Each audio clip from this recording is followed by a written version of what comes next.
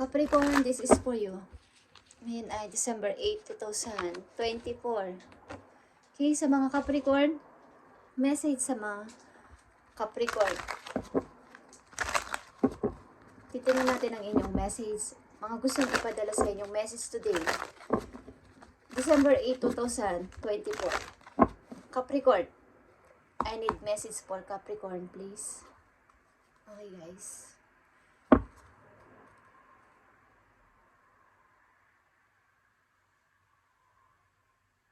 Okay, Capricorn, huwag mong pabayaan ang mga tao na itrato ka na hindi yung deserve mo. Yung deserve mo dapat ang makamit mong pagtrato sa'yo, okay? Never allow yourself to be taken for granted. And it's better to remove yourself from the situation than to be treated less than you deserve. You are worthy. Okay, Capricorn? Tandaan mo yan. Sa mga Capricorn na nandito sa reading, is huwag mong pabayaan ng ibang tao. Ang maraming tao na itrato ka na hindi nararapat. Sa pagtrato dapat na ibigay sa'yo, hindi mo deserve na matanggap ang ganung pagtrato is huwag mong pabayaan. Okay, unahin natin ang inyong pag-ibig, Capricorn. Para sa mga Capricorn ito. Ano na ba ang mga gusto mong sabihin sa mga Capricorn na nandito sa reading today? Unahin natin ang inyong pag-ibig, guys. Okay.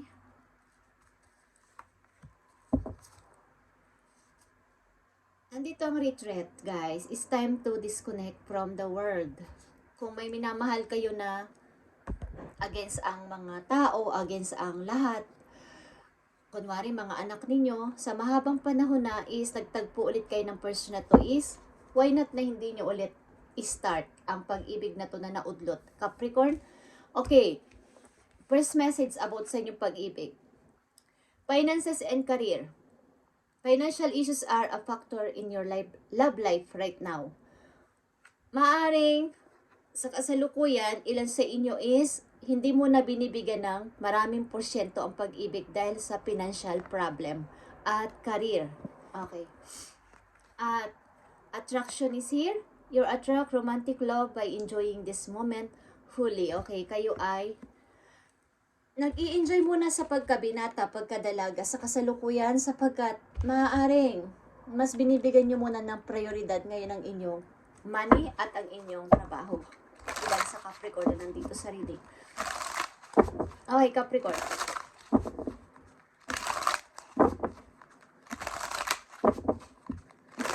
Finances and career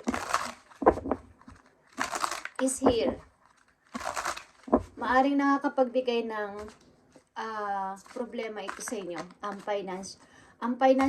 financial nyo or ang inyong career. Sapagkat maaring may dumarating na pag-ibig o may pag-ibig na nandyan na sa inyong harapan o sa tabi ninyo is maaring mas kailangan ko munang bigyan ng prioridad ang aking trabaho at ang aking pera. Ilan sa inyo ay breadwinner sa family or may responsibilidad sa mga anak. Kaya hindi mo na binibigyan ng mga maraming oras ang pag-ibig. Okay, Capricorn. Finances and career. Attraction is here. The Chariot.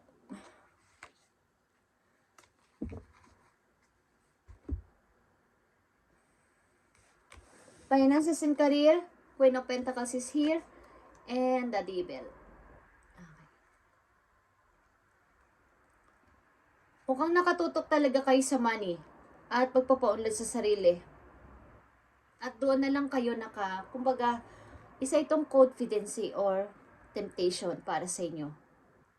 Kailangan ko itong gawin para sa family ko. Kailangan ko itong gawin para sa pag-unlad ko sa pera at sa trabaho ko. Okay. And maaaring ilan sa inyo ay nawawalan na ng time sa pag-ibig o walang time sa pag-ibig. Titingnan natin yan. Attraction is here. Wheel of Fortune and Page of Wands. Okay. Something, guys. kung kayo ay single, sa kasalukuyan, maaaring paparating ang taong may gusto sa inyo o may gusto sa inyo magpahiwatig ng pag-ibig. Sa kasalukuyan, guys, ang tao na to ay na-attract sa inyo. Okay. Maaaring nakikita nila kayo sa pagiging isang kayo na nag-i-enjoy sa pagiging mag-isa, ba't masaya? Masaya kahit nag-iisa. I mean, okay. Nahangaan kayo ng person na to. Maaaring marami rin kayong gustong gawin sa buhay. Maaaring paglipat din ng trabaho, paglipat din ng lugar. Napakadami. Titingnan natin yung Capricorn.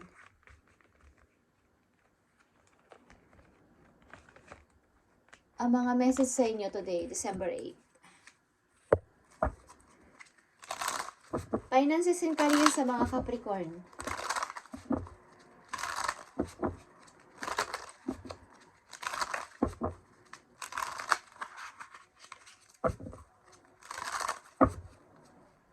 December 8, 2024 sa mga Capricorn.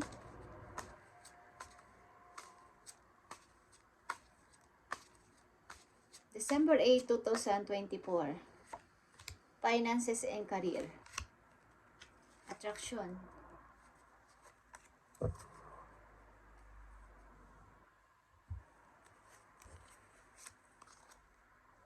Yeah. King and Queen of Pentacles is here. And Five of Pentacles, guys.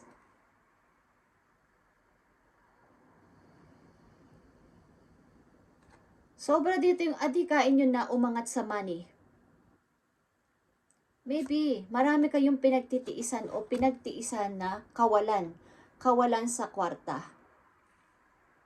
Lalo na nung nawalan kayo ng trabaho, ilan sa inyo, parang nanghina yung trabaho nyo, humina yung income, yung pagdating ng money. Dalawa dito ang Wheel of Fortune, guys.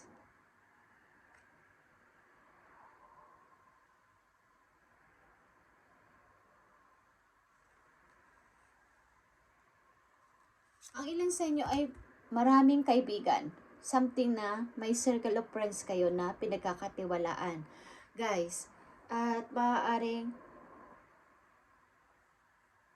may mga nakakausap din kayo online. Maaaring may nagkaka-interest sa inyo dito sa online, guys. Capricorn, di ko alam kung kayo ay nasa middle age na, mga nanditong Capricorn sa reading, na parang gusto nyo ng partner. Parang gusto nyo ng kapartner sa buhay. Okay? Ang ilan sa inyo ay hindi man obsessed sa tao, obsessed kayo sa pagpapalago sa inyong pag-growth sa buhay. Lalo na sa pera. Something na marami kayo sinusubukan, iba't ibang paraan para umangat pa sa money. Maaring kayo ay nakaranas sa inyo, nakaraan ng paghihirap sa pera at walang tumulong sa inyo. Kaya hindi nyo binibigyan ng panahon o napaglipasan na ng panahon ng inyong pag-ibig. Hindi ko alam kung meron ditong matandang pinata, matandang dalaga na ayaw mo nang mag-asawa o natatakot mag-asawa. Message for Capricorn.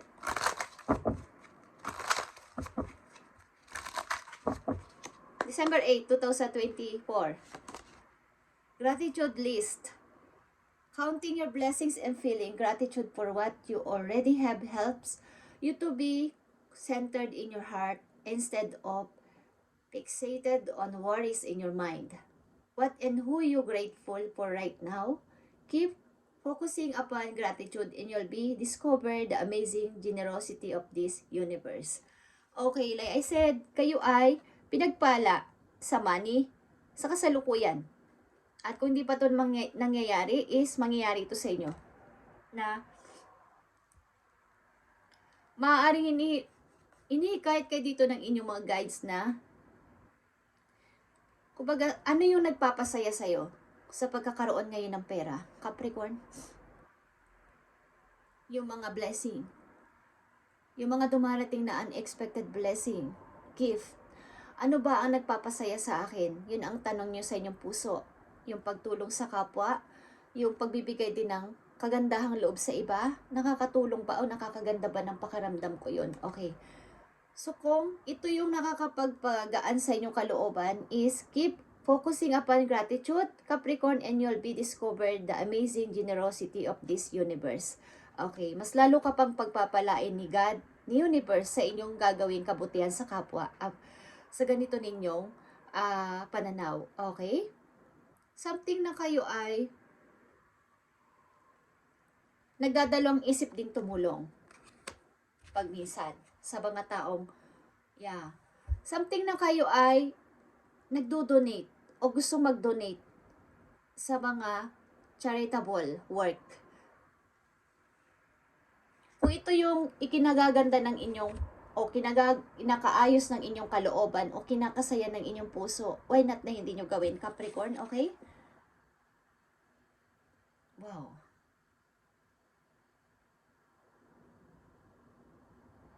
The time, supplies, money, and other resources you donate will ensure that your positive energy multiplies. Okay.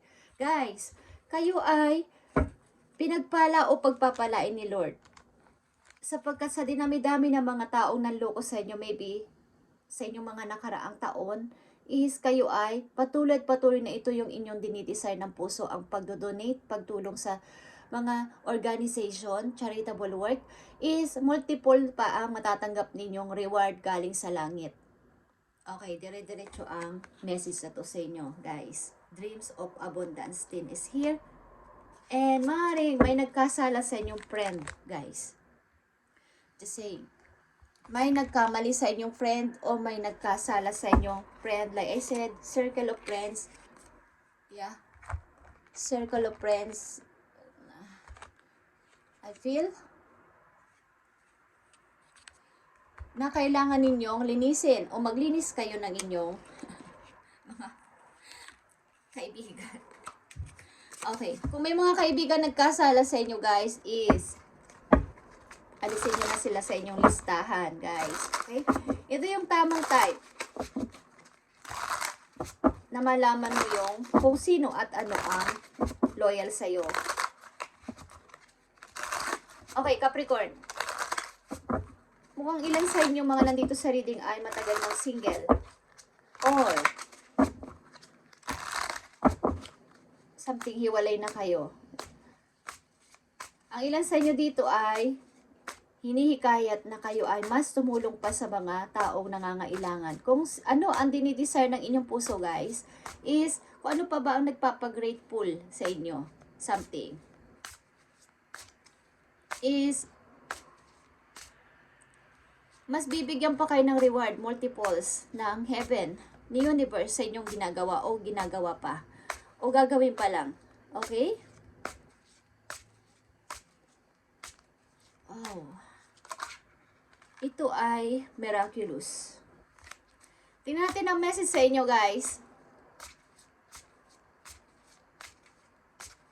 Para sa Capricorn. Para sa mga Capricorn, I need message. 2 message.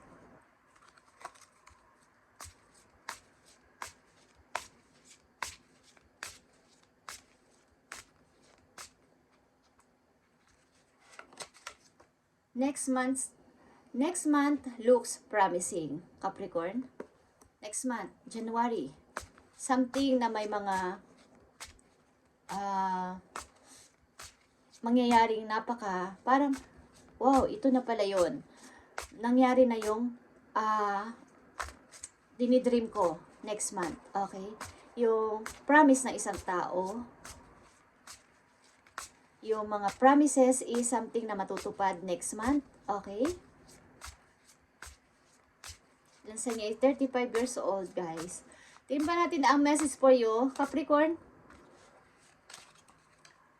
November 25, guys. Last November 25, something na may anong nangyari sa inyo noong November 25 or next November 25 ito, guys. And July 21.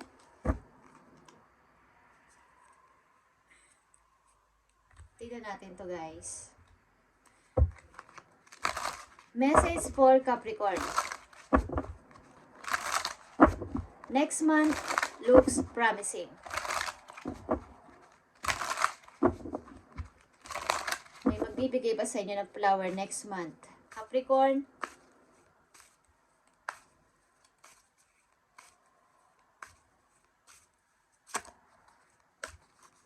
December 8, 2024 message. Kung kailan nyo ito mapanood ito, inyong message, Capricorn.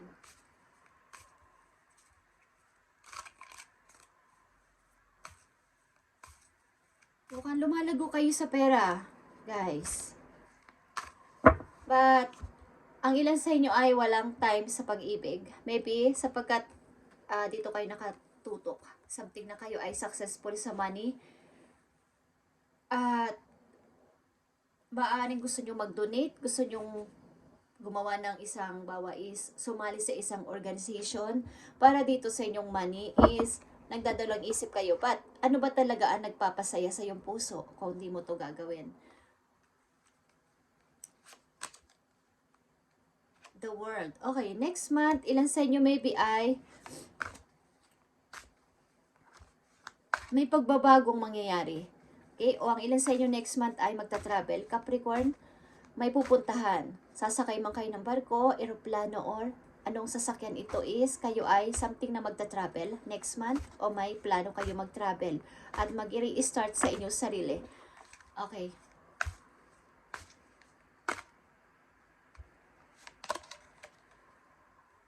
November 25. Last November 25, maaaring or next November 25 is maaring may bagong taong dumating sa buhay ninyo or nagawa nyo na ulit na tumawa ng malakas, nagawa nyo na ulit umismile after ng napakahabang panahon. Okay.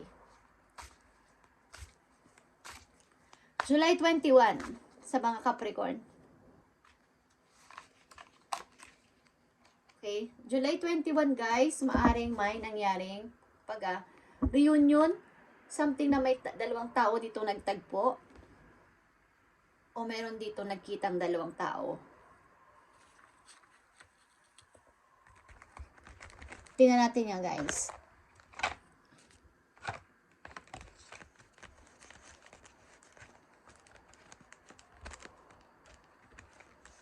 Maaaring mahabang panahon na kayong nagtatrabaho or nag-iipon ng pera para dito at marami kayong ipon, ilan sa inyo. Something na tiniis ninyong wag humingi ng tulong sa maraming tao o mga kamag-anak ninyo para sa iyong sarili pag-unlad.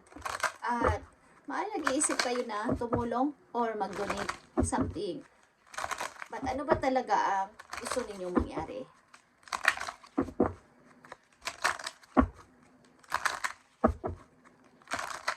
Kung gagawin nyo to ng buo sa inyong kalooban guys, is something na multiples award pa ang mangyayari sa inyo. Maaaring kayo ay napakatulungin sa maraming tao. Mahilig kayo magbigay ng tulong nang walang hininging kapalit. Tingnan natin guys. Message for Capricorn dito sa Ten of Pentacles. Okay? We reunite with our loved ones over and over through many different lives. Okay, something guys, noong July 21 o something noong July is, ang ilan sa inyo ay may na-meet na person. Hindi man ito yung dating person, is, maaring ito ay parang kilala na ng puso ninyo. Parang ang tao na to ay nagbalik rin sa buhay ninyo. Okay, galing ito sa past lives ninyo. Over and over again is, pabalik-balik ito, something different lives. Para kayo ay ma-meet. Okay. Kung hindi ito nangyari ng July 21, next July 21 is mangyayari ito guys. Okay. Ace of Cups is here. Ace of Cups, November 21. November 25. Love conquers all. Okay. May nakilala ba kayong bagong person at umismile kayo? Pag dito lang kayo, Nakaramdam ng masaya yung puso ninyo. Dito lang ako ulit nag-smile o tumawa ng malakas. Okay, nang makilala ko ang tao na to. Parang new lahat sa akin. Nawala lahat yung pain sa puso ko.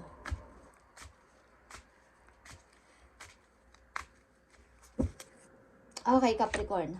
Tingnan pa natin ang message sa inyo. Last message ito, guys.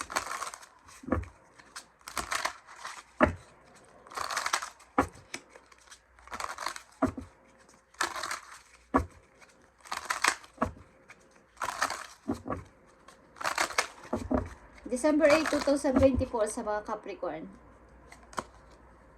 Okay? Nandito ang travel, Capricorn. Travel. As an upcoming trip proves to be life-changing and positive ways. Guys, nandito ang next month looks promising. The world and the travel is here. Maaring kayo ay magta-travel next month or may nag-promise sa inyo na, yeah, Capricorn, pumunta ka dito. Mag-travel ka with me. Okay, papadalang kayo ng visa o something na may nag-promise sa inyo para mag-travel at dalawin siya or magsama kayo sa isang bansa. Guys, Capricorn, at ito ay nakatakda sa inyo. Okay, ito ay lalakas next month. Capricorn, ito ang magpapabago sa inyong buhay. Ang inyong pagta-travel o pagpunta ng ibang lugar. Saan man yan, bansa man yan, sa ibang bansa man yan, city or ilang mga country. Okay, is changing in positive ways ito, guys. At message for Capricorn, take some time to rest and rejuvenate. You need to pace yourself for the changes that are coming your way. Yeah. Kailangan mong mag-ipon ng lakas sapagkat may changes na mangyayari sa iyong buhay. Okay, at ito ay nasa iyong pagta-travel. Kailangan mong mag-ipon ng lakas, energy, Capricorn, sapagkat maraming magagandang bagay ang paparating sa buhay mo. They are all positive. Bigger and better things are coming for you. Just relax and trust. Mag-relax ka na lang at mag-trust na ang iyong mga prayers ay tutuparin ni God. Sapagkat ang ilan sa inyo, like I said, is matulungin. At papalitan ni God yan ng multiples reward para sa inyo. Kayo ay nagdo-donate, maybe kayo ay successful sa money. Ilan sa inyo nandito sa reading. Marami kayong ipon at kahit na pakunti-kunting pagbibigay, ito ay sobrang nakaka-help sa mga taong nangangailangan. Maaaring kayo ay pag napapadaan sa kalye na may mga pulube, mga nahihirapan sa pagkain, sa damit, at binibigyan ninyo, hindi kayo nag-aatubiling magbigay. Okay? At nakikita yan ni God, ni Universe, ang inyong kabutihan. At lahat yan ay papalitan niya ng napakagandang pagbabago para sa inyo in positive ways. Maaaring ito ay lalakas next month. Okay? At meron ding tao magpapromise sa inyo na mag-travel ka, Capricorn. Okay, Capricorn, ito ang napakagandang message para sa inyo ngayong December 8, 2024. At pagpalain kayo ni God. At matupad ito at napakasaya ko pag nangyari ito sa inyo, mga Capricorn, na binigyan ng message today. Thank you and God bless.